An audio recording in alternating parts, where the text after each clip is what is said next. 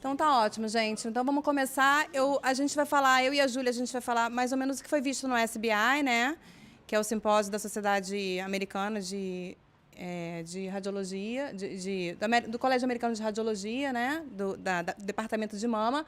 Eu vou falar a primeira parte mais anatômica, eu vou discutir, já vou trazer algumas coisas, algumas discussões assim que vão ser abordadas depois, e depois a Júlia vai falar de alguns trabalhos, tá? Então, a gente sabe que a mamografia, ela vê a axila, mas ela não faz um trabalho tão bom quanto a gente esperava. A gente vai ver linfonodo alterado quando ele já estiver denso, quando ele já estiver aumentado, globoso. Um linfonodo com uma alteração inicial, muitas vezes vai passar desapercebido e a gente não vai saber se isso aqui é um linfonodo normal ou será que tem um espessamento excêntrico dessa cortical. Então, a mamografia ela não faz um trabalho tão bom. Aqui, nesse caso, é fácil a gente identificar, mas aí já é uma axila comprometida, claramente comprometida. A ultrassonografia, normalmente, é o exame de escolha para avaliar a axila e a varredura da axila ela se faz da mama em direção à axila, sempre procurando a margem lateral do músculo peitoral maior. Então, a gente sabe que aqui vai ser o nível 1, o nível 2 atrás e o nível 3 mais para cá, mas essa é a região principal que a gente procura ver na ultrassonografia. O linfonodo normal, ele tem essas características. Ele vai ter uma córtex fina, isoecóica a hipoecóica, um hilo central ecogênico e um formato oval. O espessamento focal da cortical é a primeira fase da alteração do linfonodo. Então, a gente começa a ver, normalmente, um espessamento excêntrico, ou pode ser um espessamento concêntrico. Excêntrico, quando ele é só numa região. Concêntrico, quando ele envolve todo o linfonodo. E por que a cortical é a primeira a ser espessada? Porque é por onde chegam os ductos aferentes, né? Então, a drenagem linfática chega primeiro na cortical e por isso que ela primeiro é ela que vai ser acometida. Nesse estágio, quando a gente tem um espessamento excêntrico no estágio anterior, é onde a gente mais vê dificuldade do radiologista dizer se o linfonodo está alterado ou não, porque é comum a gente ver um linfonodo reacional, que às vezes está com um pouquinho de espessamento excêntrico, é dito que 6 milímetros é a medida daquela cortical quando ela está espessada, mas às vezes eu acho que é muito mais importante você usar o comparativo com os outros linfonodos da axila, para ver se os outros também estão um pouco espessados ou não, com a outra axila, do que simplesmente uma medida que pode ser subjetivo de pessoa para pessoa.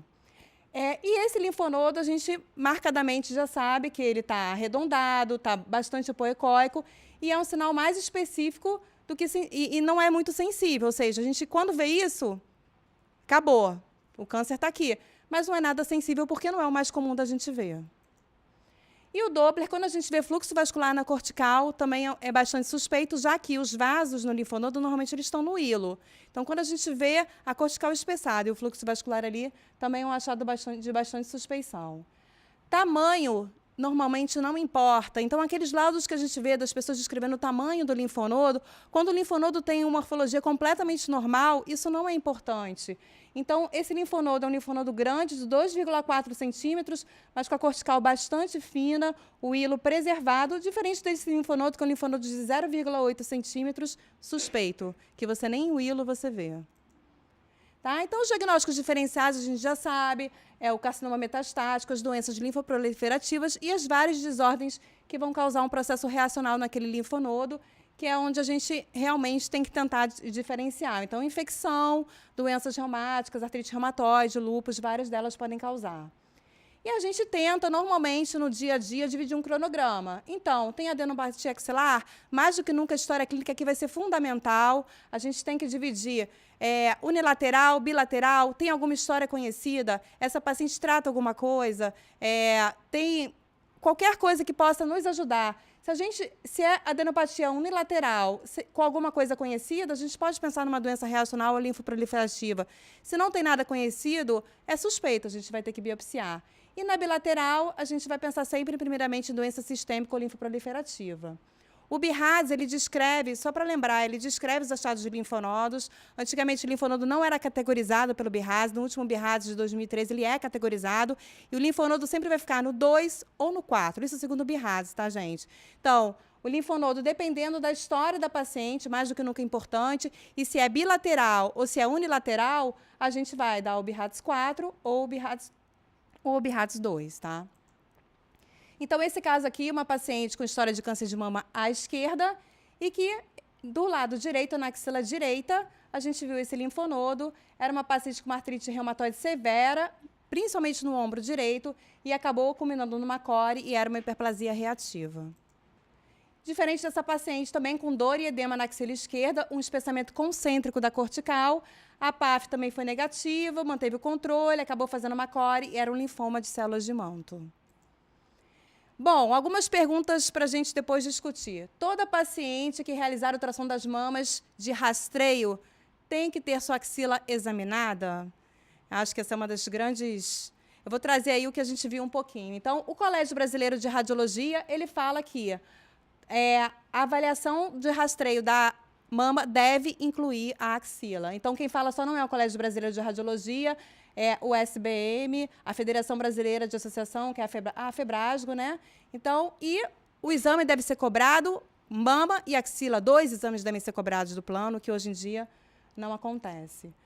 Já um estudo muito grande, né, do ACRIM, o ACRIM 6666, que é de ultrassonografia, de rastreio por ultrassonografia. Esse estudo saiu na Radiology em 2015. Screening pelo ultrassom, devemos escanear a axila? Eles deixaram pela conduta de cada um. E eles viram que 33% dos médicos americanos, dos médicos não, lá é técnico, né? Dos técnicos, dos serviços americanos, 33% das pacientes tiveram a axila rastreada. 67% não tiveram nesse estudo. E quais eram os prós e quais eram os contras? Prós. A área é pequena, ela é superficial, é de fácil acesso pelo ultrassom. Então, por que não rastrear? É um tecido mamário acessório, pode ser visto ali, e você sabendo que tem uma mama acessória ali, você tem que ficar de olho naquela mama acessória, você vai detectar. E um linfonodo alterado relacionado a um câncer sutil ou inicial, oculto, também pode ser detectado. E contras? O possível aumento dos falsos positivos associado ao espessamento cortical, que é frequentemente reacional. E a especificidade será menor. O tempo e também quem paga essa conta, já que os planos não remuneram essa axila.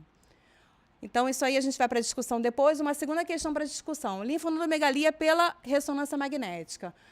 Gente, minha paciente está com uma linfonodomegalia, eu vou pedir uma ressonância, que a ressonância vai dizer se essa linfonodomegalia é alguma coisa ou não é.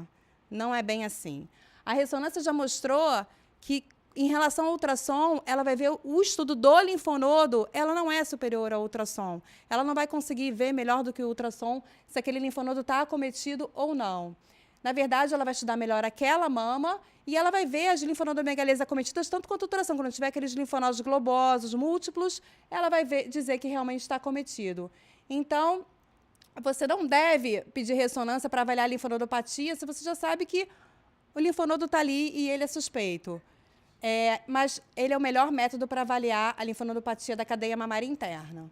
Em relação à cadeia mamária interna, foi falado lá no SBI, o linfonodo, se a paciente tem um linfonodo na ressonância, na cadeia mamária interna, e não tem mais nada, não tem história de nada, o linfonodo mede até 1 centímetro, isso é normal, não é porque você está vendo o linfonodo, porque antigamente se falava que linfonodo na cadeia mamária interna é igual a suspeição. Não, hoje em dia os aparelhos estão vendo muito.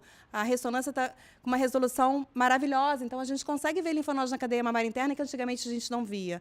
Então, se esse linfonodo tiver menos de 1 centímetro, não quer dizer que esse linfonodo é suspeito. Nesse estudo, o diâmetro médio de 4 milímetros, variando de 2 a 9 milímetros de linfonodos. E os linfonodos acometidos, normalmente, eles aparecem medialmente aos vasos, e um dos principais achados, quando você vê um linfonodo alterado na cadeia mamária interna, usualmente você também vê linfonodo alterado na axila.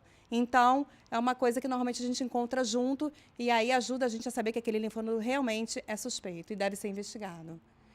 Último assunto para a gente levantar aqui, axila. O que é melhor, PAF ou core? Então, lá a gente teve algumas sessões e realmente a gente vê que lá eles fazem muito mais core de axila do que a gente faz. Tá? Então, o que eles falam? Eles falam que a core tem uma sensibilidade um pouco maior. A PAF muitas vezes vai necessitar de uma repetição, porque pode deixar uma dúvida, principalmente se você não tiver um bom citologista, então tem que se ter um bom citologista. Então, eles sugerem, se o linfonodo é um linfonodo fácil de ser biopsiado, dê preferência para a core. Se realmente são linfonodos pequenos de difícil acesso, a gente mantém o PAF. Então, esse é um linfonodo pequeno aqui, que eu botei só um exemplo, que a gente fez a core. E eles mostram uma técnica de você biopsiar o linfonodo sem dar o disparo. Então, você entra com a agulha dentro do linfonodo, você arma ela já dentro do linfonodo e você colhe. Isso evita com que a agulha vá para o lugar onde você não quer, ou seja, você já biopsia por dentro do linfonodo. Então, é uma técnica que eles sugeriram. Agora, a Júlia vai falar um pouquinho.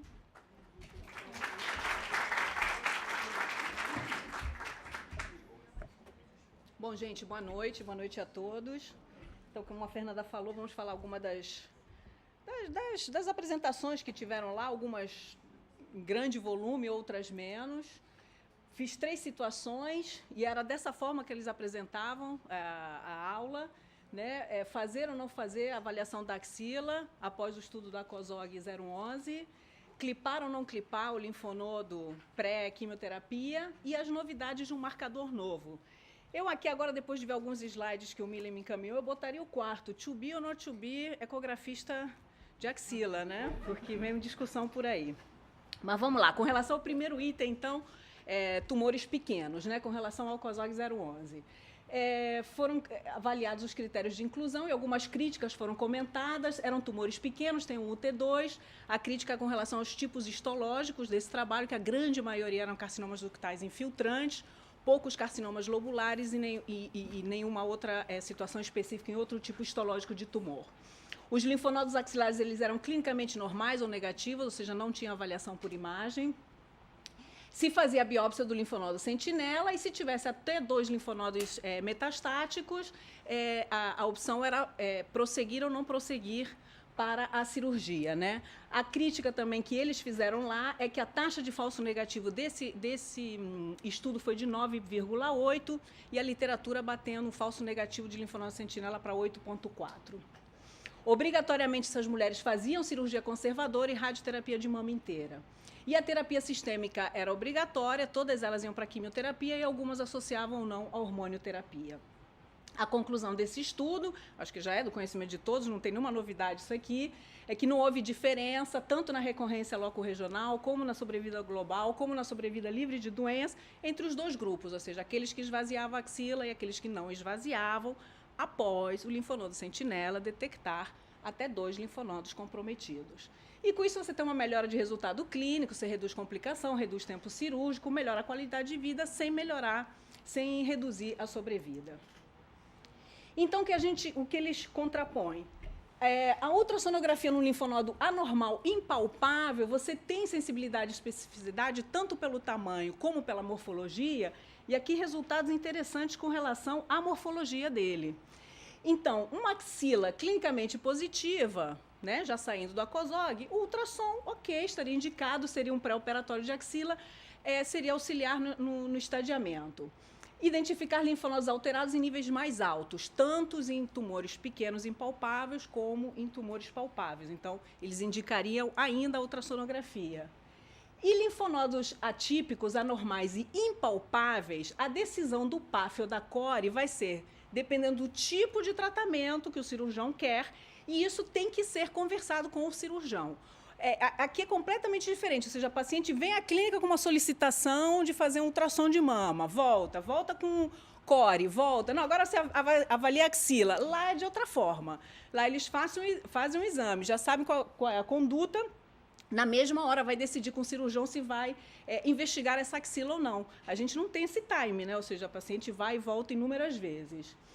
E eles questionam aquelas mulheres que não estão nos critérios de inclusão do ACOSOG, ou seja, o que você vai fazer com uma paciente que vai para uma mastectomia, que não vai para uma cirurgia conservadora, que vai fazer uma radioterapia parcial, aquelas que têm a possibilidade de uma quimio neoadjuvante e naquelas pacientes com margens positivas. Nestes casos, por que não se avaliar a axila? Então, a consideração é que realmente vai depender muito da instituição, do protocolo que aquele serviço utilize, de que forma. Para nós, essa aqui já é uma coisa minha, particular e um convênio, ou seja, uma coisa você está no INCA, outra coisa você está numa clínica fazendo, outra coisa você está no teu consultório com aquela paciente única, né? De que forma avaliar. E a equipe, ou seja, realmente a comunicação entre todos. Tem que se falar com o cirurgião, tem que se falar com o radiologista, tem que falar com o patologista, com o oncologista, ou seja, aquela situação de equipe que, né, já é mais do que conversado por todos. Isto com relação a tumores pequenos, avaliar ou não a axila. Agora, com relação a clipar o linfonodo pré-quimioterapia. Então, a gente já está falando de tumores mais avançados. Esses trabalhos aqui foram todos comentados, também eu acho que não é novidade para nenhum de vocês. Esses 3 trabalhos, como essa meta-análise, que foram quase 3.400 mulheres, o que eles colocam, né, como uma crítica é que quando você tirava até 2 linfonodos sentinelas, essa era a porcentagem de falsos negativos. E quando você tirava mais de 3, essa porcentagem diminuía.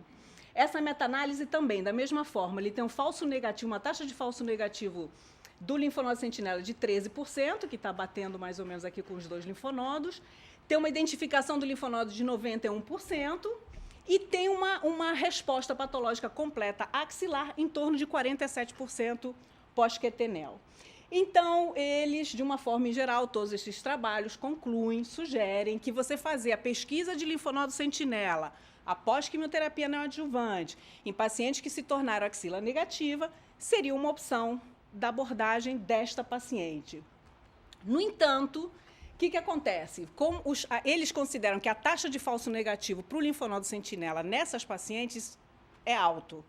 Então, são 2 trabalhos que eles mostraram, onde cada vez mais eles falam dessa dissecção axilar marcada. Aqui, ó, essa dissecção axilar marcada. O que seria isso?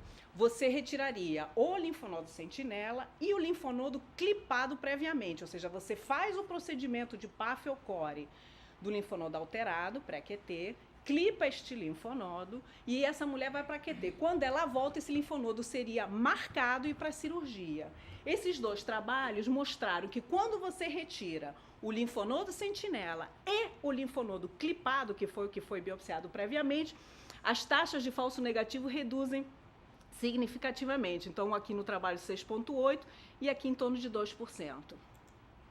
Então, essa é uma das conclusões que eles fazem, o slide é de lá mesmo. Então, pacientes que se tornam axila negativa após quimioterapia, o estudo da axila por imagem seria importante na avaliação e conduta dessa axila.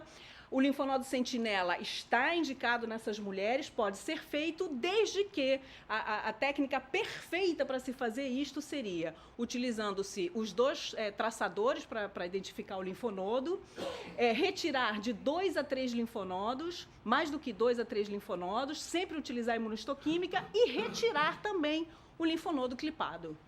Tá? E aqui eles colocam como um estudo a longo prazo de repente, em algum momento, omitir o esvaziamento axilar em pacientes linfonodos negativos após quimioterapia neoadjuvante. Esse outro trabalho também foi comentado lá, é um trabalho onde eles apenas clipam o linfonodo e eles não fazem linfonodo sentinela, eles retiram o linfonodo clipado e faz o esvaziamento axilar direto. E, novamente, eles acham uma taxa bem baixa de falso negativo, em torno de 7%. Daí a ideia que eles têm de clipar o linfonodo. Clipou o linfonodo, ok. E como é que você tira esse linfonodo? Aí você tem que marcar o linfonodo clipado. Então, essas foram as opções que eles dão lá. Você pode passar um fio, né? Então, esse aqui é o linfonodo. Isso é tudo imagem de lá, tá, gente? Então, tá ruim a qualidade, porque eu realmente peguei das aulas. Então, você tem o linfonodo clipado, você passa o fio, ou você usa semente de iodo, ou você usa esse novo marcador, que é o que eu trouxe trazendo de novidade que eles mostraram, que é o Savi Scout Radar. Então, o que é isso? Tinha vários trabalhos desses. Isso foi tanto apresentado em aula como em tema livre. Tá? Então, é um trabalho, é uma casuística pequena aqui com relação à axila ainda, uma coisa recente, já aprovado pelo FDA, só que aqui vocês veem que essa marcação ela pode ser por ultra, por estereotaxia, e 2 casos foram marcados por TC. Tá? Então, a taxa de sucesso de colocação e a identificação deste marcador foi 100%, e nessa casuística havia presença de linfonodo com doença residual em 7 pacientes. Daí a importância de se marcar o linfonodo. Então, aqui apenas para ilustrar, aqui o tumor, aqui o linfonodo clipado e marcado, então tem o clipe e o marcador. E aqui foi feito por ultra essa marcação. Aqui é um outro trabalho que mostra este mesmo marcador na mama. Então, eles estão usando esse marcador até como depois já do iodo, ou seja, já passaram da semente de iodo, eles não fazem rol, né? Os americanos não usam radiotraçadores, usam direto ou a semente de iodo, ou eles estão usando esse marcador. Esse marcador, eu sei que não é da axila da mama, mas eu trouxe para mostrar que eles também estão utilizando isso na mama. Tá? Então, é Savi Scout Radar. Ele não usa radiação, tá? São ondas eletromagnéticas, então esse trabalho foi na mama, também uma casuística pequena ainda, 59 com radar, 60 pacientes que colocaram semente. Eles compararam tanto o volume retirado, que foi menor quando a gente utilizou o radar, a gente é ótimo, né? Quando utilizaram o radar em comparação à semente de iodo, já estou fazendo a cirurgia aqui, e as margens positivas eram muito semelhantes, tá? E aqui é o equipamento em si, tá? Ele vem dentro desta agulhinha, aplica como se fosse uma sementezinha mesmo. Ele vem dentro dessa agulha que é de 18 gauss, existem 3 tamanhos, 5, 7,5 e 10 centímetros, e essa sonda que vai emitir a sonda eletromagnética, vai identificar isso no interior da mama, aquilo responde, vai para o transmissor, ou seja, vai ficar apitando, seja com números, seja com som, igual ao probe, tá? E você detecta essa área e consegue ressecar. Então, vocês veem o tamanho dele, parece grande, mas ele tem 1,2 centímetros, aqui mostrando o tamanho aqui já para exemplificar. Então, todo ele, que são 2 antenas, tá? Todo ele tem 1,2 centímetros. E vai por dentro dessa agulhinha, e aqui é o probe, né? Seria o probe que localizaria na mama ou na axila, quando se utilizasse a axila.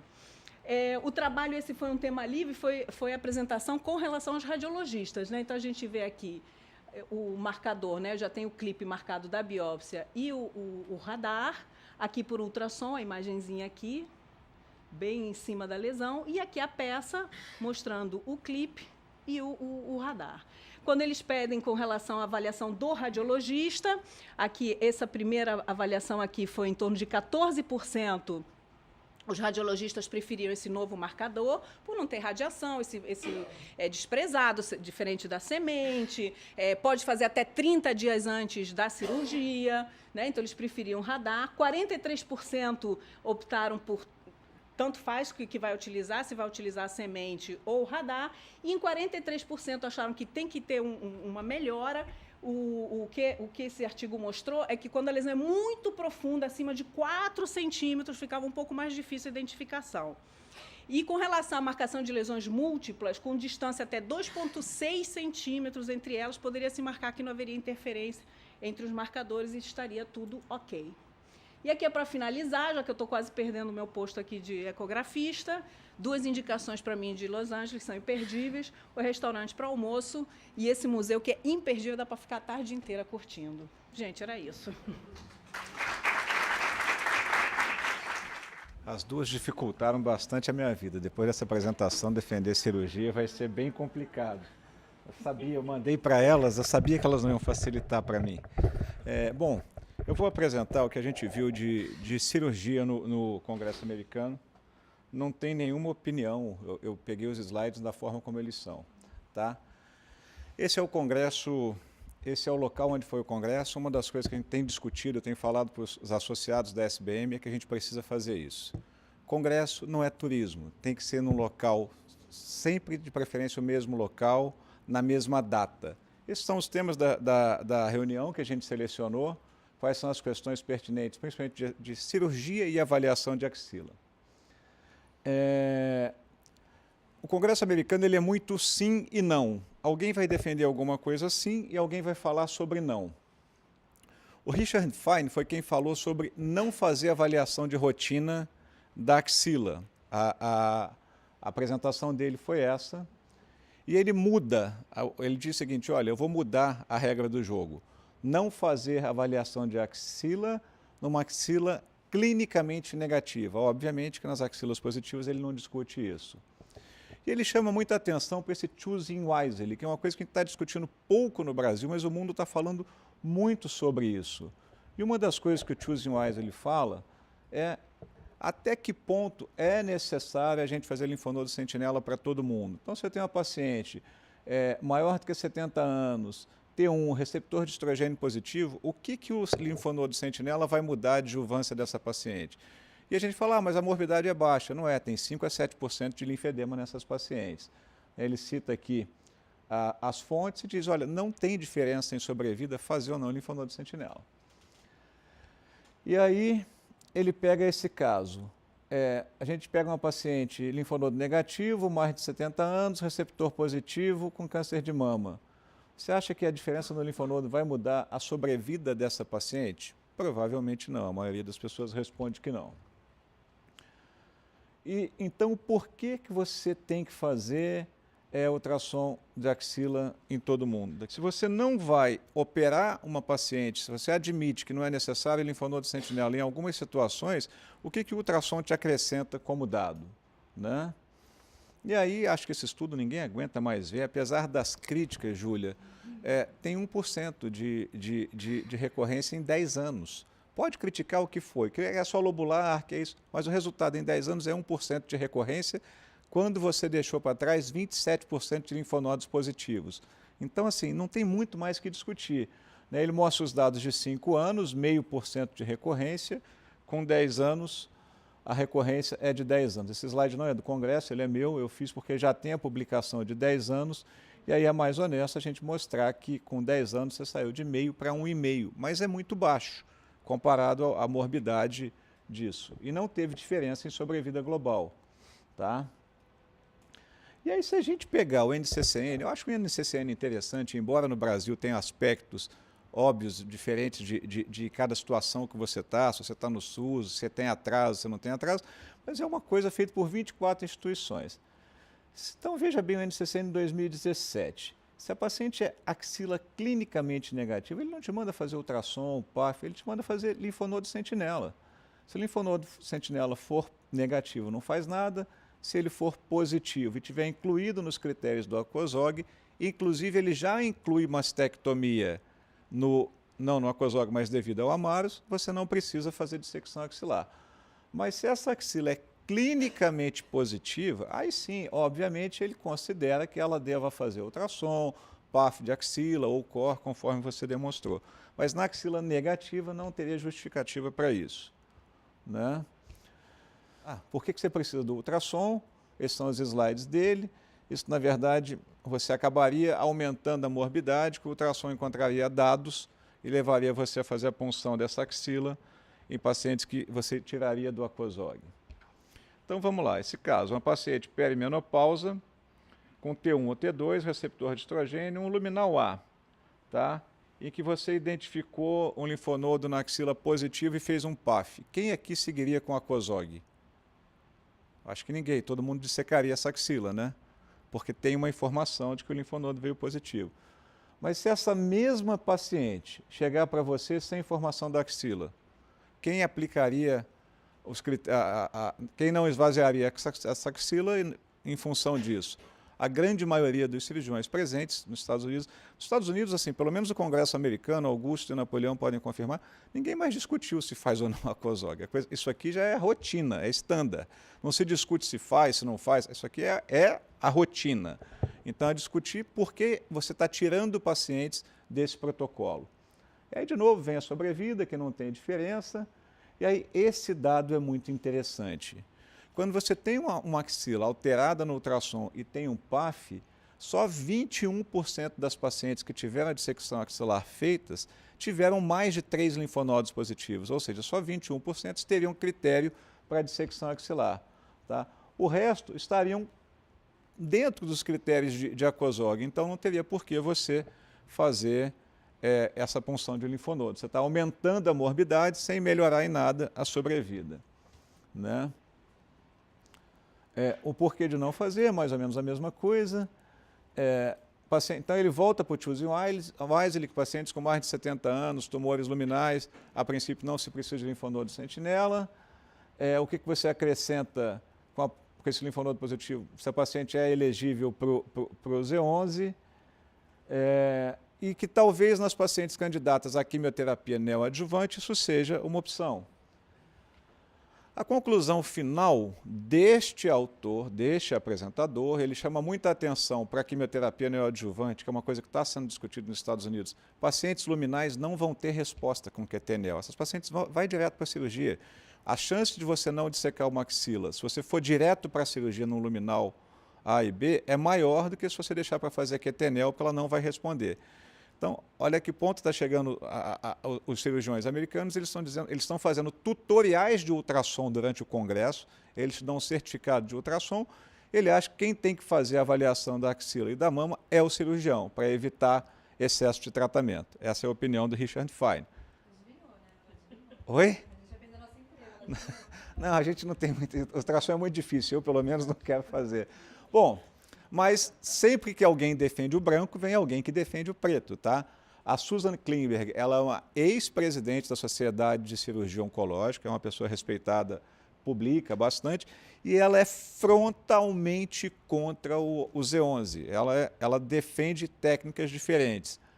Então ela diz o seguinte, por que você tem que fazer ultrassom da axila? Eu vou ser o mais neutro possível, estou mostrando as apresentações. Porque ela acha que o novo estadiamento que a gente vai discutir, é agosto, Vivi, que a gente discute? É em agosto. O novo estadiamento que a gente vai discutir aqui em agosto, ele inclui, além de clínico, ele leva em consideração métodos de imagem. Ela acha que o ultrassom no carcinoma in situ pode evitar de você fazer sentinela em pacientes que seriam candidatas a BLS, o ultrassom via negativo. Tá? O argumento do Z11, ela não é a favor e ela defende isso que eles chamam de axilar reverse mapping. Ela injeta, eu vou mostrar para vocês depois, mas ela acha que isso é melhor. Como valor na terapia neoadjuvância, a curaça do sentinela pós-QT, os protocolos do Alliance, né, que é não fazer nada na axila pós-QT, e o custo-efetividade.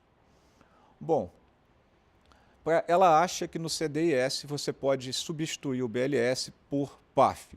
Isso é criticável, mas ela mostra que nos últimos anos, principalmente em pacientes que estão fazendo mastectomia, aumentou muito a indicação de avaliação da axila no carcinoma in situ. E a gente faz de rotina mesmo. E ela mostra o tanto que isso vem crescendo nos últimos anos. Foi uma patologia que, teoricamente, o grande problema é quando você tem o diagnóstico percutâneo, que são a grande maioria, né? A opinião da Susan Klingberg é que o ultrassom pode substituir essa avaliação cirúrgica da axila em pacientes com carcinoma in situ, né? Bom, e aí ela mostra o seguinte, essa é uma coisa que eu não concordo de maneira alguma, não, você pode usar a informação, quando você usa o Aquazog, você perde a informação se ela tinha 3, 4 linfonodos e você deixa de usar o Recurrence Score do Oncotype, que isso é uma ferramenta importante de predição de resposta. Eu acho que você vai ter outros critérios, mas é a opinião da Susan, né? E aí ela diz claramente, vocês não precisam parar de operar, vocês precisam fazer cirurgias melhores. Ela critica ela diz que o esvaziamento bem feito não dá problema, e ela sugere essa técnica, que é interessante. O que ela faz? Ela injeta tequinésio na mama e vai marcar o linfonodo mamário com tequinésio. E injeta no antebraço azul patente, que vai marcar o linfonodo que drena o braço. Em alguns estudos, o que acontece? O linfonodo da mama não coincide com o linfonodo da drenagem linfática do braço. E se você poupar durante a sua dissecção axilar os linfonodos corados em azul, isso deu menos linfedema. No Brasil, o Vinícius Budel fez um trabalho e publicou na Annals of Surgery sobre axilar reverse mapping. Na série dele, deu mais de 70% de coincidência de linfonodo do axilar reversing com linfonodo mamário e positivo. Então ele diz, olha, não dá certo. Então isso não é uma questão que está totalmente estabelecida, isso não é um troço, não é um protocolo que a gente tem que seguir, né? E ela mostra o seguinte, quando ela fez o axilar reverse mapping, ela só teve 6% de linfedema contra 33% do grupo que fez dissecção axilar. Isso talvez seja um fator importante, né? E aí a Júlia já mostrou os trabalhos de sentinela pós-QT, que a sensibilidade ajuda, né? Mas é interessante, isso é um dado que é interessante, que é o seguinte, o sentinela, a Mônica Morrow apresentou um dado bem interessante também, que na verdade, ela não se preocupa muito com falso negativo. O estudo da Viviane Galimberti também mostra isso. Quando a paciente respondeu, teve resposta patológica completa na mama, e na axila, o falso negativo não importa nada, porque a recidiva foi muito baixa. Mas quando o paciente não teve boa resposta na mama, fazer ou não linfonodo de sentinela não mudou em nada no prognóstico. É mais um marcador de biologia e quando o sentinela é negativo, com resposta clínica da mama, ele é capaz de predizer o status da axila, né? Esses são os dois estudos que estão acontecendo, que é o Alliance 11212, está pegando pacientes com linfonodo positivo pós-QT, randomizando para fazer cirurgia ou não, e o estudo do RTOG, que é o B51, que eram pacientes com linfonodos positivos, que continuaram positivos, que negativaram, um grupo vai fazer radioterapia, que é o que a gente faz hoje, e outro grupo não vai fazer radioterapia, né? E aí, assim, tiveram duas apresentações muito interessantes sobre o que fazer com a axila positiva pós-QT. Isso não é nenhuma tendência, eu sigo exatamente o protocolo, mas eu vou apresentar só essa por uma questão de tempo. A Judy Bogey apresentou falando que sim, que você devia dissecar a axila pós-QT. Mas o primeiro slide dela é que isso não refletia o que ela pensava, mas a solicitação de apresentação dela. Então ela teve até dificuldade de apresentar. Já o Cody fez uma apresentação de que nos últimos anos, você já saiu do sentinela negativo para não fazer a dissecção axilar. O Z11 com linfonodo até 2 positivos para não fazer dissecção axilar. No Amaros, que você já pode fazer isso em radioterapia. Em pacientes candidatas a QTNEL, aquilo que eu disse, se ela é luminal, você vai fazer menos dissecção axilar se você fizer o sentinela upfront do que pós-QT, né? O risco de falso negativo do upfront a gente nem considera, porque a recorrência é muito baixa quando a axila é negativa. E ele mostra o seguinte, por que no sentinela positivo você tem que dissecar pós-QT-NEL? Porque a doença resistente, até que ponto uma cirurgia maior vai mudar a biologia desfavorável? Ele acha que não é isso que vai modificar, né? E ele não está discutindo, obviamente, daqueles linfonodos N2 que não tiveram resposta. Ele está falando de doença mínima residual. Essa, obviamente, ele acha que não vai mudar muito a história do paciente. E aí, de novo, ele volta com o tipo molecular e a possibilidade de resposta. Se vocês olharem as duas primeiras linhas, vocês veem que os tumores luminais, eles têm muito pouca resposta, 7,5 e 16. Ao passo que os pacientes HER2 positivo que recebem trastuzumab, 50%. Então, selecionar quem você vai fazer QTNEL, nem todo mundo se beneficia disso. De novo, a curva de resposta com sobrevida, vai ter melhor resposta quem respondeu melhor, né? E na série do Memorial, com 5 anos de acordo com a recorrência local, vejam que triplo negativo, HER2, estrogênio, não tiveram recorrência, desde que tenham tido resposta patológica completa. Mas se não tiveram resposta patológica completa, 26, 7, 4, ou seja, tem uma recidiva muito maior. Então, para ele é o seguinte, o que interessa é a biologia, não vai mudar isso. Bom, a outra coisa que ele chamou de interessante, quando houve recorrência axilar dessas poucas pacientes, a maioria veio acompanhada de doença à distância. Então, não adianta você fazer uma cirurgia maior que você não mudou a biologia. E aí, fazer ou não ultrassom na axila, né? No Z1071, 56% das pacientes tinham linfonodo positivo, no Sentina, 50%, falso negativo do ultrassom da axila, ultrassom falso positivo de novo, 28 e 23. Ele não defende muito isso. E uma coisa bem interessante que ele diz é o seguinte, olha, nos últimos anos, tanto na mama quanto na axila, mais cirurgia não foi melhor do que menos cirurgia. Talvez uma boa cirurgia seja melhor do que uma cirurgia ruim, mas ele não vê como, hoje, nos dias atuais, você pensar que mais cirurgia na axila vai mudar o prognóstico, nem na axila e nem na mama. Então, a conclusão do Cody é que o sentinela funciona bem após quimioterapia. Se for N0, faz upfront, pacientes com linfonodos positivos. Você pode diminuir o falso negativo com o que a Júlia falou, de tirar mais de 3 linfonodos e 2 marcações. Que depois da quimioterapia, você deve pensar em função do tipo de resposta e do tipo de tumor, né? E, para terminar, que ele é coincidente com a recorrência à distância e normalmente com recorrência em parede torácica e linfonodo de mamária interna, supraclavicular, é mais comum do que a recorrência axilar. Que a recorrência axilar é, de fato, um evento raro. Eu acho que é isso. Eu vou convidar as pessoas para debaterem. E acho que o que ficou desse congresso, né, o Napoleão, o Augusto estavam lá, alguns conceitos já muito bem sedimentados pelo grupo americano. Eles não discutem mais os problemas que a gente discute do ACOSOG aqui. A radioterapia foi assim, eles não discutem mais isso. O falso negativo, se era lobular, se era idoso, isso é prática. Se falou muito, né, Augusto, sobre marcação de linfonodo sentinela, ou com semente, ou com outra forma, que diminui de fato o falso negativo, mas até que ponto esse falso negativo tem importância biológica.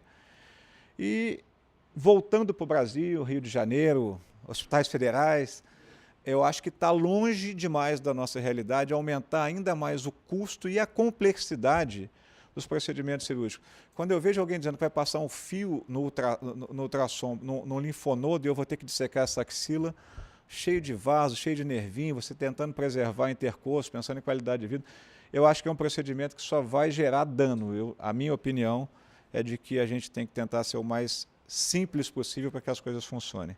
Muito obrigado.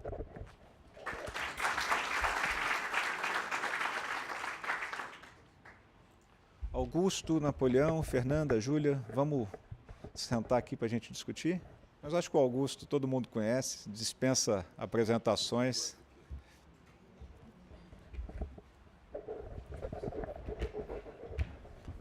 Bom, boa noite. É bom estar com vocês aqui. Esse congresso da Sociedade Americana de Cirurgiões de Mama, lá não existe mastologista lá, né? É o breast surgeon, oncologista e tal. Ele, para nós, o Napoleão já há muitos anos, falou, vamos, a gente isso aí na SBD e realmente melhorou bastante valorizou muito a nossa ida a esses encontros, porque são encontros muito melhores para nós, que somos cirurgiões, do que o encontro de uma forma em geral, que é para um oncologista clínico. É lógico que para a gente é importante, San Antônio é maravilhoso, a gente sabe, mas a gente traz para a nossa vida clínica diária muito mais dados de aplicação em relação à tua vida de consultório e no que você faz no centro cirúrgico, como o Eduardo mostrou aqui, do que o que a gente aprende em San Antônio, que a gente aprende muito sobre a doença e tudo mais, mas sobre a nossa prática diária, esse congresso realmente é muito melhor. Ele é mais caro, bem mais caro do que San Antônio, para nós é mais, mas tem isso bom do que o Eduardo falou, porque a gente sabe para onde vai, dá para você se programar direitinho, e se você se programar bem, você certamente vai tirar proveito disso. Eu fiz aqui algumas considerações. A primeira consideração, que é essa última que o Eduardo falou aqui, que a nossa realidade é completamente diferente deles lá, sobre todos os aspectos. Primeiro que a neoadjuvância que eles fazem lá, e isso é uma realidade, mas a neoadjuvância é um tumor de 3, 4 centímetros para preservar a mama. A gente está tratando aqui de tumores de 10, 15 centímetros. Então, cuidado com esse tipo de coisa, porque a gente tenta... Eu mesmo já fui pego no contrapé numa coisa dessa, você faz uma neoadjuvância, o tumor tem 10 centímetros, a ressonância mostra que sumiu tudo, a axila ficou maravilhosa, e aí você passa aquilo para o paciente, chega lá, tem tumor aberto, reduziu 45%, a axila está toda comprometida. Isso pode te levar falsamente a querer fazer uma cirurgia menor na axila também. Porque isso que o Eduardo falou agora, não, porque não muda, porque quando apresenta recidiva na axila, porque já tem na metástase à distância, não, será que a metástase à distância é porque você deixou doença residual? A gente tem essa dúvida na cabeça. Quer dizer, e uma recidiva na axila, para paciente é uma desgraça. Quer dizer, você deixou a doença lá. Então, a gente pensar nisso quando a gente está falando. Em relação ao que as meninas colocaram aqui, muito bem, né? Lá, o cirurgião, como o Eduardo falou, há uma extensão da atividade do cirurgião em relação a realizar outros tipos de procedimento que não só a operação, até porque o campo vai estar se operando cada vez menos. E essa é uma realidade. Então, a SBS ela criou essa capacitação, entre aspas, do cirurgião para fazer ultrassonografia e para fazer biópsia no consultório, uma forma de ganhar dinheiro e melhorar, logicamente, a sua performance como cirurgião. Mas é uma forma. A primeira aula do curso é sempre como cobrar. a gente sai, porque é como cobrar, como se cobra de uma mama, como se cobra, se faz ultrassonografia de 2 mamas, se você usa uma axila, você faz as 2 axilas, eles ensinam a botar isso dentro do código para eles cobrarem lá do Medicare, do Medicaid deles lá. Então, é uma realidade completamente diferente. Aliás, tinha uns aparelhos de ultrassonografia portátil bem interessantes, com apps, que você faz ultrassom portátil e vê no celular a imagem, coisas bastante interessantes. Encaixa, sim, já faz ultrassom direto, exatamente. Mas um telefone celular até ficou bonitinho e tal.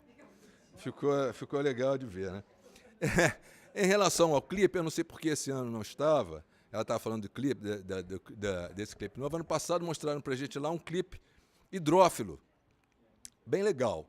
Esse clipe eu não vi, não sei por que esse ano não estava lá. É um clipe que se coloca normalmente pequeno, ele é hidrófilo.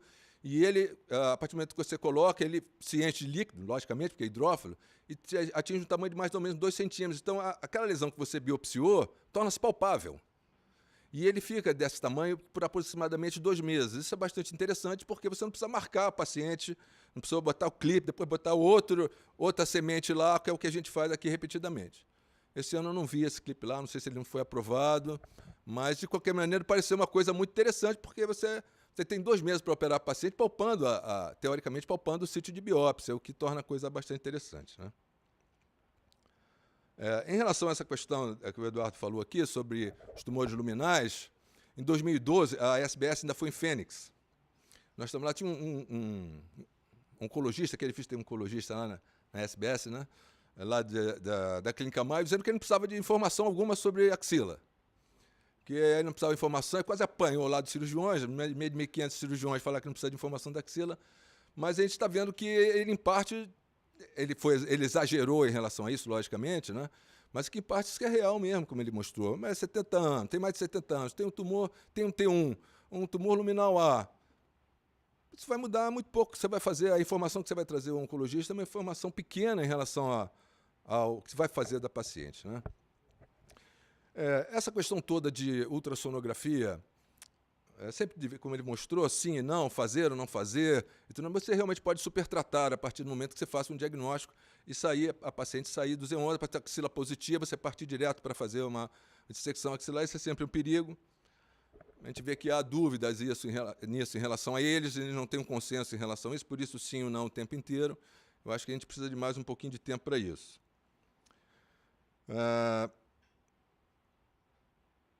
Bom, e por último, teve alguns debates interessantes. Em relação a que não irradiar se tiver uma resposta patológica completa com a quimioterapia. Isso deixou os radioterapeutas um pouquinho zangados, mas foi colocado lá alguns temas interessantes, alguns trabalhos em relação a isso. Feita a quimioterapia, a resposta patológica completa, duvidando do benefício da radioterapia após isso. É lógico, dentro daqueles casos deles, como a gente falou, que é diferente. E o último, que para a gente bastante atinge bem a gente, não foi colocado de uma forma bastante evidente, mas não operar as pacientes que têm uma resposta clínica completa. E sim pegar, primeiro tentaram fazer, não me explicaram exatamente, 8 cores da área comprometida de tumor. Se não houver, aí o falso negativo foi muito alto, e eles tentaram com 12 cores, e com 12 cores negativos você não precisaria operar. Eu quero saber quem fez 12 cores na paciente, né? Dependendo, não colocaram o tamanho das lesões, nada disso. Mas essa é uma coisa que estão tentando cada vez mais reduzir o nosso campo de ação. Isso aí é uma coisa clara, mas, de qualquer forma, é uma informação a mais que eu queria trazer aqui para vocês. Obrigado.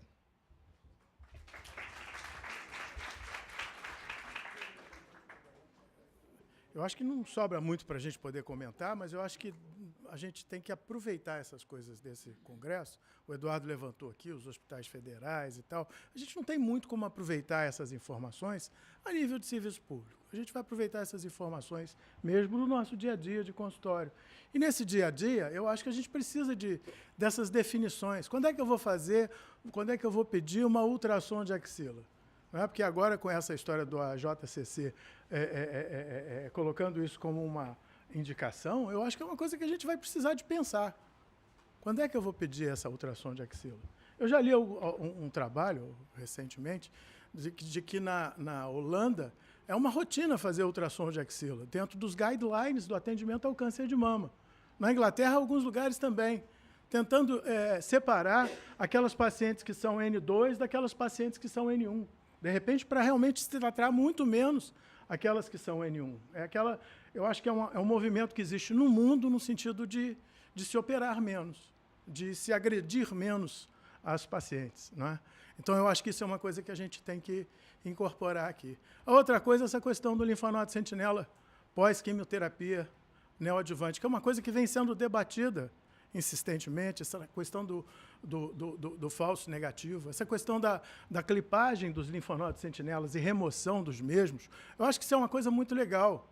Lá no MD Anderson, no início, eu vi isso, não foi nem nesse congresso, foi no anterior, foi San Antônio, a Mônica Morrow colocou que eles marcavam os linfonodos sentinelas lá, no início com fio de Coppens. Depois é que ela mudou para sementinha de iodo, que com fio de Coppens era uma coisa horrorosa, porque atrasava a cirurgia, paciente com aqueles negócios embaixo da axila, aquilo ali não funcionava, e no final chegaram a uma conclusão boa e estão fazendo colocação da sementinha de iodo para remover esses linfonodos que eram comprometidos, né, e que não necessariamente seriam aqueles linfonodos sentinelas. Uma coisa interessante, a definição de linfonodo sentinela. A definição de linfonodo sentinela é aquele linfonodo, segundo o memória, aquele linfonodo que é marcado por azul, marcado por radiação, ou que se apresente alterado a sua palpação, ou é aquele linfonodo clipado. Então, quando fala ali 3 linfonodos, não são 3 linfonodos quaisquer, são 3 linfonodos sentinelas. Isso eu acho que é uma coisa que tem que ficar muito dentro da nossa cabeça, porque é a segurança da paciente. Eu acho que isso é fundamental. Então, eu acho que essas coisas são aquelas coisas que a gente pode, vamos dizer assim, aproveitar desses congressos. A nível de serviço público, Eduardo, eu acho que é muito difícil. A gente vê a situação cada vez piorando. Eu vejo o Rafael lá na Lagoa, que ele está tomando conta do serviço lá, as dificuldades são cada vez maiores e a desatenção com as pacientes é total. A gente tem que brigar nisso também. Mas é complicado. Eu acho que é mais ou menos isso que eu queria colocar para complementar o que já foi falado. E abrir, então, né, Eduardo, para a discussão.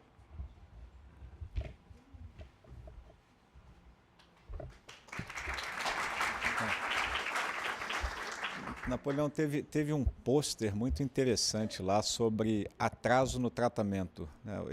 A gente apresenta as aulas magnas, mas eles têm pôsteres, a sessão de pôsteres muito interessante.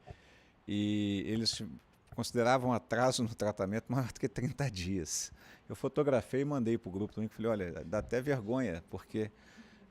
agora, realmente são condições que não dão... Eu tenho conversado a gente tem observado no grupo do INCO, o Marcelo Belo esses dias me chamou a atenção, a mudança de perfil dos pacientes nos últimos 3 anos. Cada dia mais a gente está operando mais N2, mais T4B. Isso não é porque nós somos incompetentes, é porque não existe uma política de assistência, de oferecer exame, não existe um sistema de regulação que funcione em tempo hábil.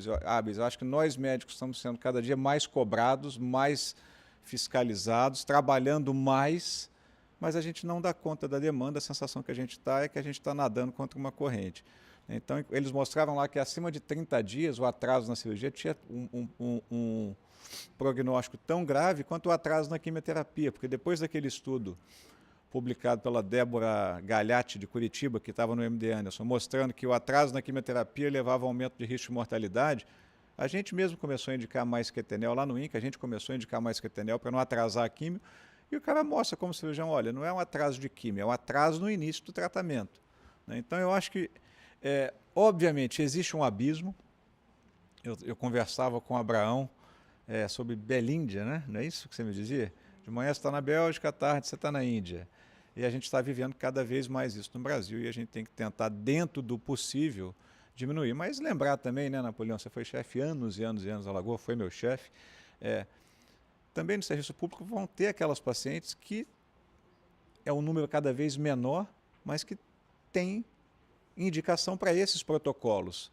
E a gente tem que individualizar cada vez mais as pessoas que têm indicação, porque não tem mais muito benefício a gente fazer grandes cirurgias. E, por fim, sobre a morbidade, né?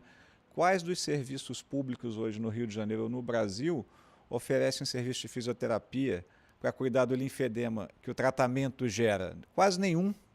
Então, eu acho que o único que tem no Rio de Janeiro, se eu estiver enganado, vocês me corrijam, é o INCA, que talvez seja um dos serviços de fisioterapia que mais publica no mundo. A Anke Bergman é uma das pessoas que mais publica em linfedema no mundo. Então, quando a gente pensar em tratamento, eu acho que é isso. A apresentação de vocês foi fantástica. Não é para fazer ou não ultrassom de axila, o radiologista tem que informar, mas a gente definiu o que essa informação vai ser de útil, não para mim como cirurgião, mas para o paciente. Se eu tenho um linfonodinho, alterado, e ela é candidata ao ACOSOG, que seja. A gente viu que os estudos mostram que só 20% das pacientes, quando tinham ultrassom alterado, tinham mais de 2 linfonodos positivos. Será que eu esvaziei em 80% desnecessário? Eu acho que é essa a ideia. O radiologista tem que informar, e diferente dos Estados Unidos, vocês não vão perder o emprego nunca. Porque lá quem faz ultrassom é técnico. E eu não acredito que exista um país em que o ultrassom de mama seja tão bem feito, porque hoje você tem especialista. Se a gente pega um ultrassom e não é de um especialista em mama, a gente repete. Então, o conhecimento que vocês adquiriram é muito específico. Eu acho que não dá para a gente se arvorar, querer fazer ultrassom de mama, biópsia, não é a nossa praia. Acho que eu vou abrir para a plateia, só vou pedir para quem tiver que fazer alguma pergunta, que faça aqui, só por conta da... Vem aqui, Flavinha. Tem, Bom, eu queria perguntar, porque essa é sempre uma dúvida que eu tenho realmente muito, em relação, acho que ao ACOSOG, acho que não tem muito o que discutir, mas em relação a QT neoadjuvante em pacientes com tumores mais avançados, a gente fez uma sessão agora no Fundão, nessa sexta-feira, com a residente, sobre isso, né? E eu coloquei até no grupo para a gente realmente discutir novamente, num grupo que a gente vai fazer com a radiologia, com a Fátima, para a gente discutir a negativação da axila nessas pacientes N1, N2, para a feitura do linfonodo sentinela após. Eu acho assim que realmente, pelo todos os trabalhos dizem que você precisa realmente diminuir a taxa de falso negativo nessas axilas, porque a gente tem que diminuir por uma taxa que a gente tem também nas NE0, menos de 10%, né? Que é isso que a técnica exige que seja mais segura, né? Para a identificação. Então, assim, o que eu queria dizer, basicamente, é que a gente fala muito em identificar pelo menos mais de 3 linfonodos sentinelas positivos para diminuir essa taxa de falso negativo a um nível aceitável. E, geralmente, a gente faz, por exemplo, eu acho que para isso a gente não precisa marcar, na minha visão. Eu acho que você tem que fazer uma técnica com 2 marcadores, com radiofármaco, estudar melhor o linfonodo, quer seja por imunohistoquímica, né, porque você acha que uma célula tumoral isolada, talvez nessas pacientes seja uma resposta que não foi total nessa axila, né, é diferente. Mas eu acho que essa taxa de falso negativo ela tem que ser diminuída realmente, para a gente ter um pouco mais de segurança na identificação. Aí eu vejo, geralmente, quando a gente vai operar, a gente identifica, às vezes, 1, 2. E se eu identificar só 1? A técnica do linfonodo sentinela diz muito claramente, você tem que identificar os linfonodos que são marcados.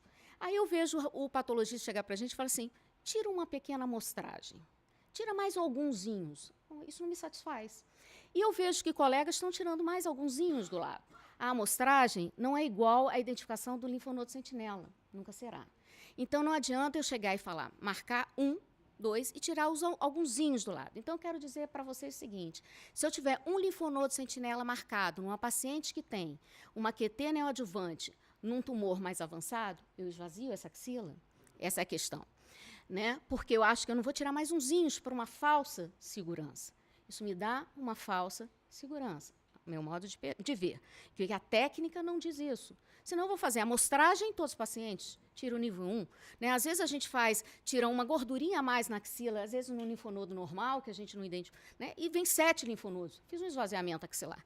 Então, assim, realmente, eu acho que a gente tem que identificar os linfonodos sentinelas. Então, se nesses tumores mais avançados eu identificar 1, eu esvazio essa axila, essa questão. E a outra questão, até para os radioterapeutas que estão aqui, se há uma vantagem da radioterapia, que a gente vai fazer isso no serviço público. Por exemplo, lá em Ipanema, no Fundão, é mais tranquilo, a gente tem um serviço que tem tudo lá para a gente discutir. Mas lá em Ipanema eu tenho oncologia clínica e não tem radioterapia. Se eu fizer um trabalho desse, de não esvaziar as axilas com tumores localmente avançados, elas vão para fora fazer radioterapia.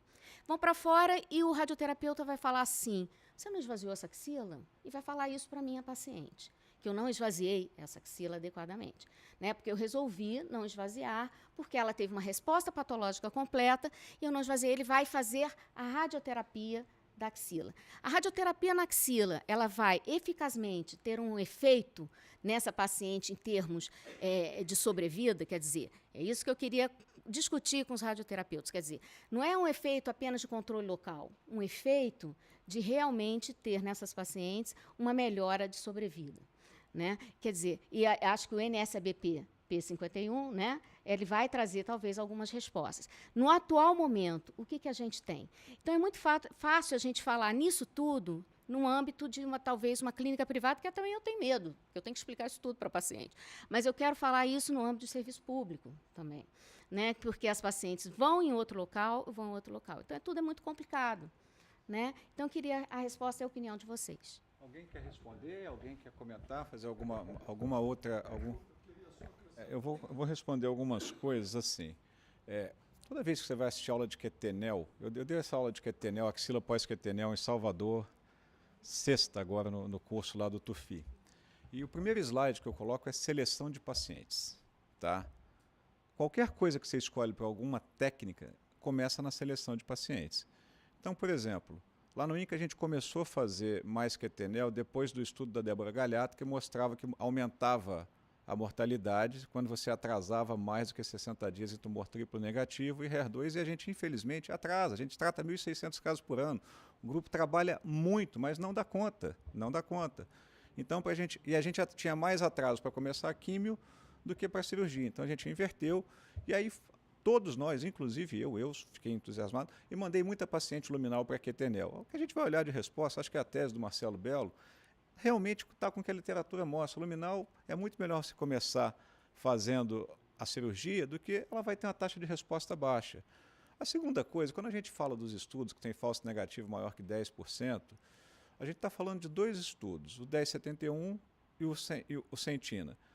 O 1071 incluiu de T0 a T4 até N2. Para a gente, no INCA, critério de exclusão T4, todo paciente T4 pode ter a resposta que for, que vai para a linfadenectomia. Eu já até propus um trabalho de fazer o sentinela e esvaziar para a gente ter esse dado. Inclusive, foi apresentado em pôster em Las Vegas esse trabalho. Ainda tem uma taxa alta de axila positiva, quase 70%, comparado com 40% de negativação que você tem. Então, a seleção. A segunda, Flávia, essa é a opinião do Eduardo, não é do presidente da sociedade. Eu acho que falso negativo é um endpoint miserável.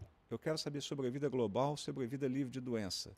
Vamos atravessar Estados Unidos e vamos para a Europa. O Instituto Europeu de Oncologia publicou 396 casos, com follow-up médio de 6 anos, que incluiu de T1 a T4, N0 a N2, pós-QT. Taxa de recorrência em 6 anos, 0,6%. É claro que a grande maioria não é T4. A grande maioria ali é T1 e T2, tamanho médio do tumor. Claro, mas volta no critério de seleção. Entendeu? Você tem 6 anos, recorrência axilar de 0,6%. É muito baixo.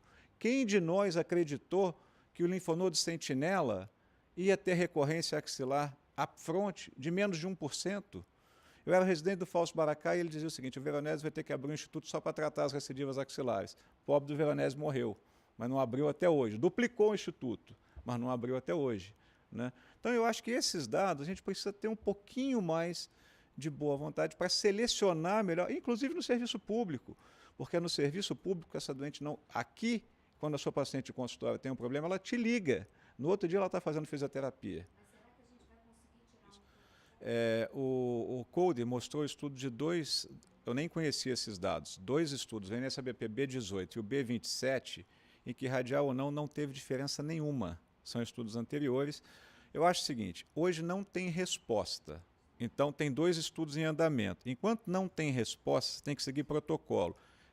Lilian, se eu estiver errado, você me corrija, mas o RTOG recomenda, se você tem um linfonodo positivo pré-QT e ele é negativo pós-QT, que você trate com radioterapia.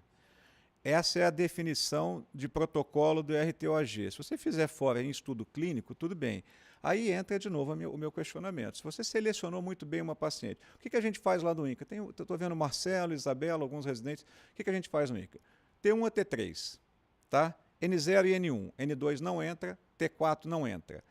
Sandra, quem a gente indica linfonodo sentinela pós-QT? Quem teve resposta completa, que é o que os estudos estão mostrando. Esse paciente, nessa paciente, se ela não respondeu bem na mama, tem um tumorzaço imenso, para que eu vou tentar? Obviamente, essa axila vai ter um nível maior de falso negativo e vai atrapalhar. Obviamente que essa doente não é a melhor candidata para isso.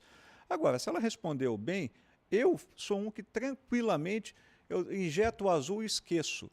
Os residentes que estão aqui, eu não me lembro jamais de ter esvaziado uma axila que ficou negativa porque eu não achei linfonodo. O azul ele vai migrar. Agora, se você faz muito rapidinho, talvez não dê tempo. Daí uns 15, 20 minutos, vai ter 3 linfonodinhos ali. A outra coisa, a Mônica Mora chama isso. Você tirou um linfonodo, só captou aquele.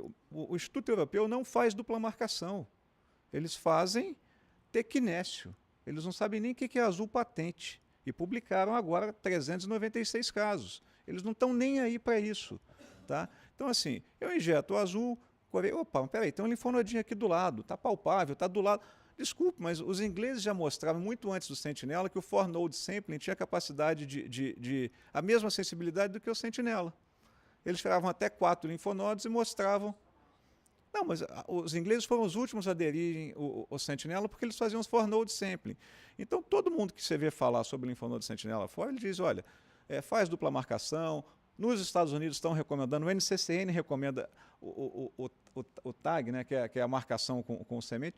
Na minha clínica privada, eu acho isso absolutamente inviável. Mandar um paciente marcar um linfonodo para depois ter que enfiar um fio no linfonodo ou uma semente para dissecar, mas é o que está recomendado. Se você valorizar falso negativo, você vai cair de 10% para 2%. Então, eu acho que assim, qual endpoint você está mirando? Né? E selecionar bem. Paciente com tumor grande que não respondeu, não é candidata à conservação de axila. A biologia dela está dizendo que ela é desfavorável. Eu acho que é isso. Essa é a minha opinião, não é uma opinião. Mas eu realmente eu tenho feito cada vez mais sentinela pós-QT. Fazendo a QTNEL, né, era um tumor muito grande, que você fez a QTNEL para fazer melhorar as condições e fazer uma mastectomia, ou você vai fazer uma cirurgia conservadora, se teve uma boa resposta. Em ambas as situações, essa paciente vai fazer radioterapia. Por quê? Se ela tinha um tumor de mais de 5 centímetros, o oncologista clínico vai indicar radioterapia. E se fez cirurgia conservadora, também vai fazer. Então, eu vejo que fazer o sentinela e complementar com a radioterapia, eu acho que a paciente está tratada. Eu vejo assim. Acho que a partir do momento que vai quase sempre fazer radioterapia, porque se for cirurgia conservadora, o radioterapeuta vai dar uma esticadinha no campo para irradiar nível 1. E se for mastectomia, um tumor de 10 centímetros, reduziu, o oncologista vai indicar a radioterapia do plastrão. De qualquer maneira, essa paciente vai fazer radioterapia. Eu acho que ela vai ser bem tratada. E eu acho eu tenho segurança em fazer QTNEL, linfonodo sentinela pós-QTNEL. Chega aqui, Canabi, por favor, faz no... Obrigado aí pela presença. A pergunta é o seguinte, se o que o Ricardo falou, você vai acabar fazendo radioterapia de qualquer jeito, então qual é, o que o linfonodo sentinela pós-QT vai me trazer a mais? Eu vou acabar fazendo radioterapia nessa axila de qualquer jeito. Então a pergunta é o seguinte, por que não fazer, qual é o problema, e eu acho que os cirurgiões têm muita resistência a isso, por que não se faz esse linfonodo sentinela pré-QT? Porque aí é o seguinte, se esse linfonodo sentinela for positivo, a gente já vai saber o estagiamento pré-tratamento dela. Se ele for negativo, a gente vai, pelo menos, acreditar, que eu acho que pode acreditar, que a axila é negativa, correto? E eu não vou fazer radioterapia nessa axila, porque eu já sei que ela é negativa. Agora, se eu tiver uma axila negativa pós-QT, como é que eu vou acreditar que ela era negativa antes? Ela pode ser, na realidade, a Fátima, não sei nem se é um falso negativo, é um verdadeiro negativo. Muitas vezes eu posso dizer que é um verdadeiro negativo, porque essa axila pode ter ficado efetivamente negativa. Só que a gente não sabe. Então a questão é essa. Será que é tão difícil se fazer essa biópsia do linfonodo sentinela? A paciente está lá com um tumor, como você falou, de 3 centímetros, não precisa nem estar ulcerado, um tumor de 3, 4 centímetros tem uma chance de axila positiva razoável. É mais fácil injetar lá. Vamos ver como é que está essa axila. E a gente já sabe como é que ela está antes. Eu acho que vai poupar trabalho. Esse que eu penso. Eu vou discutir aí de novo, assim, aí eu vou falar alguns aspectos bem práticos, assim. Primeiro que, assim, não é fácil fazer uma axila, uma sentinela pré-QT, que você vai internar um doente 2 vezes, isso tem custo, seja por convênio, seja para o paciente, seja para o cirurgião. A primeira questão de custo, você imagina, no INCA a gente trata 1.600 casos por ano. Se a gente fosse fazer mais procedimentos do que a gente faz, a gente não conseguiria. A primeira questão é essa, tem custo. Eu sou cirurgião, eu ganharia 2 vezes, mas não é isso que a gente quer fazer o melhor. Aí sim, não existe nenhum questionamento sobre a utilidade do ultrassom da axila e do PAF pré-QT, porque você está somando 2 métodos. Primeiro, como a Fernanda mostrou muito bem, você tem avaliação de cortical do linfonodo e valor preditivo positivo de acordo com a cortical do linfonodo. E, acima disso, o PAF. E tem diversos estudos que, quando eles combinam, se eu estiver errado, vocês me corrijam, avaliação da cortical do linfonodo mais PAF, isso tem um valor preditivo negativo altíssimo ou positivo altíssimo. Então, esse é o método de escolha que o mundo escolheu. Ninguém mais no mundo está fazendo sentinela pré-QT. Por quê? Eu só faço sentinela pós-QT porque eu tenho um objetivo principal, evitar esvaziamento axilar. Menos é mais. Eu vou identificar... tá bom, identifiquei uma paciente que o linfonodo é positivo, mas pós-QT eu tenho 40% de conversão para negativo, em média. Então eu vou esvaziar menos 40%. Esse é o objetivo principal de se fazer pós-QT. O segundo, que pré-QT, eu tenho um método muito menos caro, muito mais prático e com muito mais acesso do que centro cirúrgico. Esses são os 2 principais motivos. E o terceiro, se o linfonodo é positivo, ele é linfonodo positivo, como a gente já comentou, ele pode negativar e você esvaziar. Mas se eu mandar para qualquer radioterapia, eu tenho certeza que vai irradiar, porque isso é protocolo do RTOG.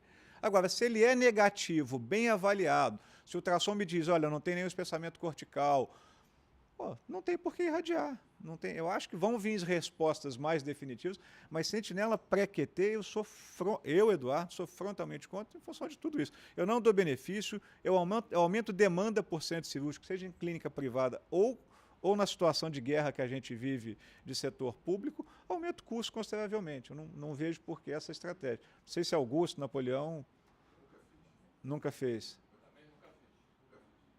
Era um dos braços do Sentina, inclusive. Não, foi um dos braços do Sentina e foi completamente abandonado.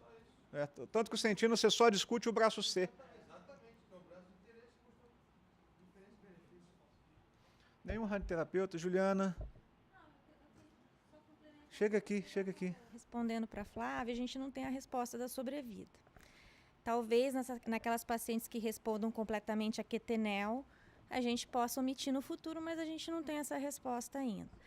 E hoje o nosso protocolo é se basear no estadiamento pré-QT.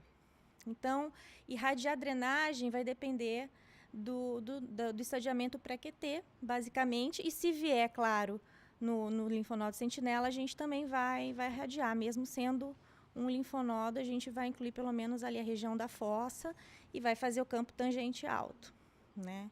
Não sei se vocês discordam dos outros radio-oncologistas que estiverem aqui, mas basicamente essa é a conduta que a gente tem tomado. Se vai ter impacto na sobrevida, a gente vai ter que esperar realmente os estudos que estão em andamento para a gente poder saber. Eu vou explorar o Sérgio Romano, que está lá atrás. Obrigado pela presença, Serginho. Uma honra ter você de patologista aqui com a gente. Sérgio, eu acho que assim, a gente aqui no Brasil, a gente tem que aprender a se virar dentro do que dá. Eu não marco linfonodo pré-QT em situação nenhuma. Nem na instituição pública, a gente não tem clipe para isso.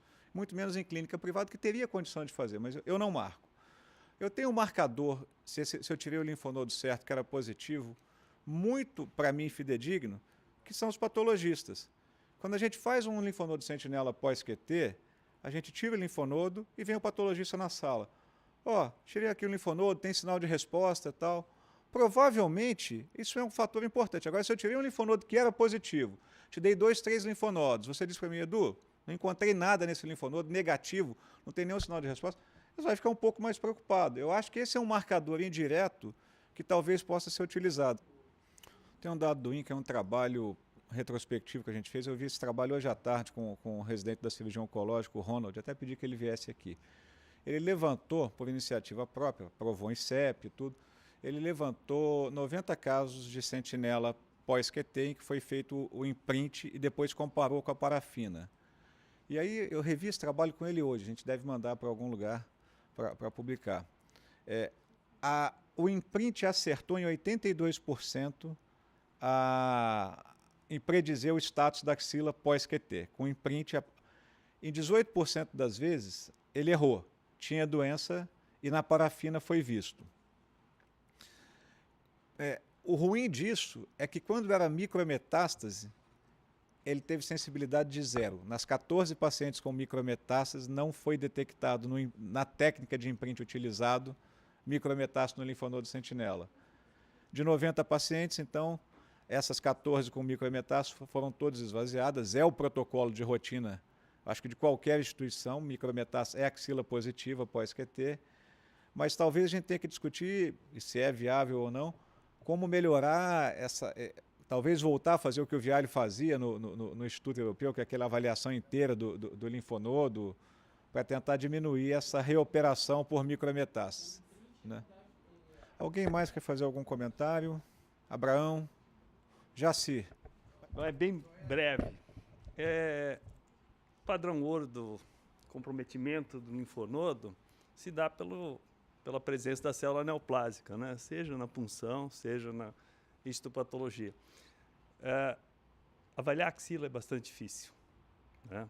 Os métodos de imagem mesmo estão mostrando a limitação. Agora, quando fala em método de imagem, ultrassom, para diagnosticar N2, é uma afronta clínica, né?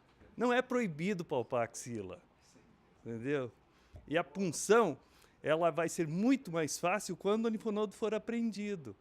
Porque fazer uma punção só guiada por ultrassom, num linfonodo móvel dentro da axila, é difícil, né? Só isso. Mais alguém? Bom, gente, então eu vou terminar mais essa sessão, agradecer a presença de todos vocês. Espero encontrá-los em 15 dias no Sim Rio. A gente está na reta final do simpósio, já com quase todos confirmados, alguns professores internacionais importantes. Tive com o Vialli agora há pouco tempo, ele está super feliz de vir ao Rio, ele está deixando de ir a Tóquio para vir aqui. A Tari King mandou um e-mail também que... Como é que é, Augusto? A Terry King também está empolgada, vai ser a primeira vez que ela vem ao Rio de Janeiro. Então, espero que a gente faça uma recepção boa para os nossos convidados internacionais e nacionais. Muito obrigado, boa noite.